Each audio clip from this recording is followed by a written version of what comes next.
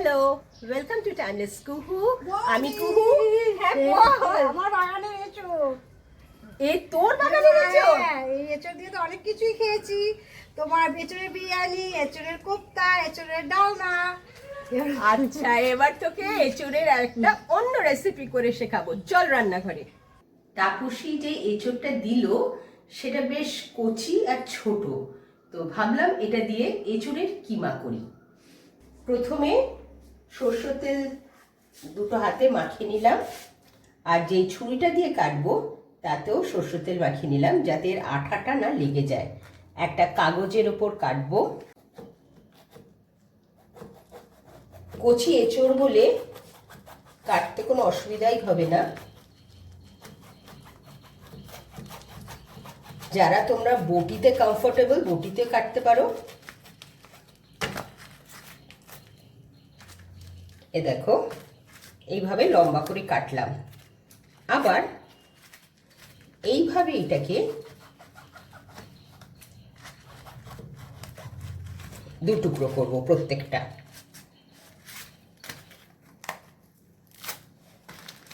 এটাকেও সেইভাবে কেটে নেব।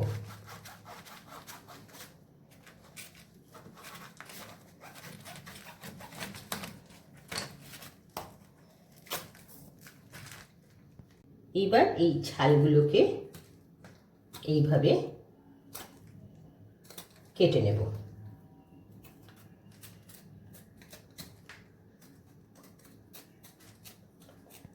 প্রত্যেকটার ছাল ছাড়িয়ে নিয়েছি। এখন এই মাঝখানের এইটাকে আমরা ছুরি দিয়ে খুব সহজেই কেটে ফেলতে পারবো। এইটা বাদ দিয়ে দিতে হবে, এটা থাকলে ভালো লাগবে না খেতে।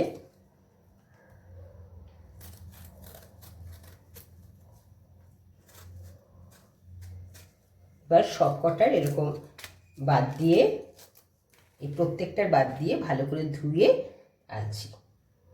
এই যে এঁচোড়গুলো লম্বা লম্বা করে কেটে ছাল ছাড়িয়ে মাঝখানটা এগুলো শিরাটা কেটে ধুয়ে পরিষ্কার করে নিয়েছি। এবার একটা গ্রেটার নেব, একটু বড় মুকালা, ঝিরিঝিরি করবো এটাকে। এইভাবে প্রত্যেকটা এঁচোড়ের টুকরোগুলোকে এইভাবে ঝিরিঝিরি করে নেব।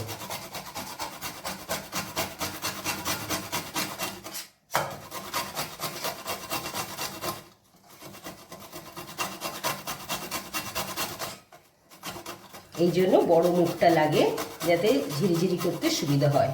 এইভাবে সবগুলো এঁচোড়ের টুকরো আমি পুড়িয়ে নিলাম। এ দেখো, এইভাবে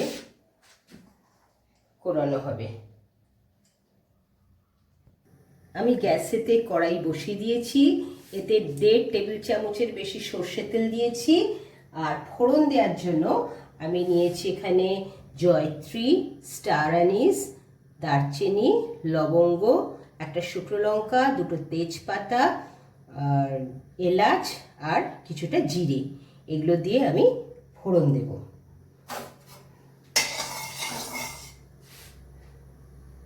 তেলটা গরম হয়ে গেছে, আমি এগুলো সব দিয়ে দিচ্ছি।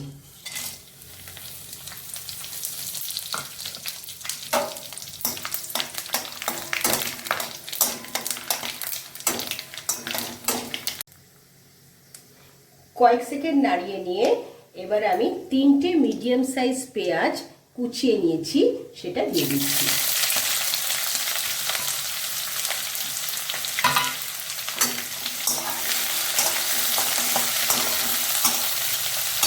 এই পেঁয়াজটা আমি হাই ফ্লেমে কিছুক্ষণ ভাজবো। পুরো লাল করে ভাজার দরকার নেই, একটু নরম হয়ে গেলেই হবে। পেঁয়াজটা একটু নরম হয়ে এসছে, আমি সেই গ্রেট করা এঁচোড়টা এবার এর মধ্যে দিয়ে দেব।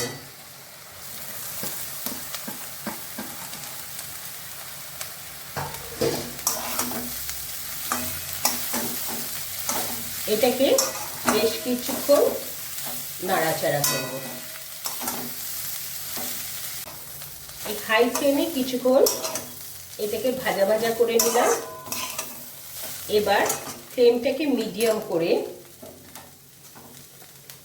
আমি 4-5 মিনিটের জন্য ঢেকে দিলাম। যতক্ষণ এটা হতে থাকুক তখন আমি একটা মশলা বানিয়ে নিই। আমি একটা ছোট মিক্সিং বলে 1 ইঞ্চি মতো আদা, একটা কাঁচা লঙ্কা, লবঙ্গ, দারচিনি আর এলাচ কয়েকটা টুকরো এতে দিয়ে দিলাম। 1 চামচের একটু কম সাদা জিরে, 1 চামচ মতো ধনে, গোটা ধনে, কয়েক দানা গোলমরিচ, 15-16টা রসুন, এর মধ্যে অল্প একটু জল দিয়ে একটা পেস্ট বানিয়ে নেব। এই 5 মিনিট হয়ে গেছে, ঢাকনাটা খুলে একটু নাড়িয়ে নিলাম। এতে 1/2 চামচ মতো হলুদ দিলাম, 1 চামচ কাশ্মীরি মির্চ,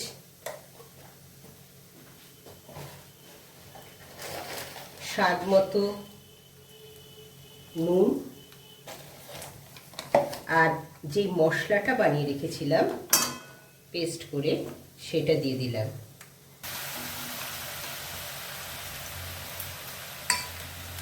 এবার এটা কিছুক্ষণ নাড়াচাড়া করে আর অ্যাড করব 2টো মিডিয়াম সাইজ কোচানো টমেটো। এটাকে ভালো করে এর সাথে নাড়াচাড়া করে আবার 3-4 মিনিট একটু ঢেকে রেখে দেব।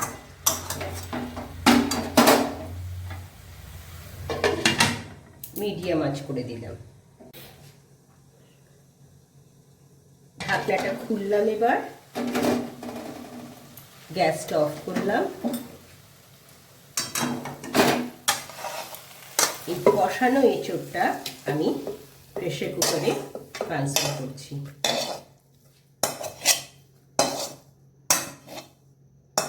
এর মধ্যে ওই 1.5 কাপের মতো কি একটু কম ওই সেই গরম জলটা দিয়েছি। গরম জলই দেবে, নাহলে টেস্টটা ভালো আসবে না। এবার প্রেসার কুকারটা ঢাকনা দিয়ে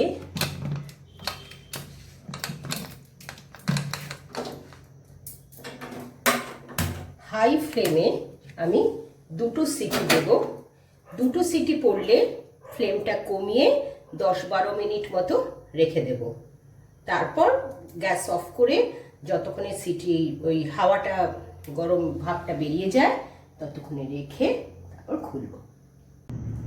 আমার ইঁচড়ের কিমা রেডি। একটু ধনেপাতা ছড়িয়ে দিলাম উপর থেকে। তোমরা যদি এই সিজনে কচি এঁচড় পাও যার দানা এখনো হয়নি, তো ঝটপট বানিয়ে ফেলো এঁচড়ের কিমা।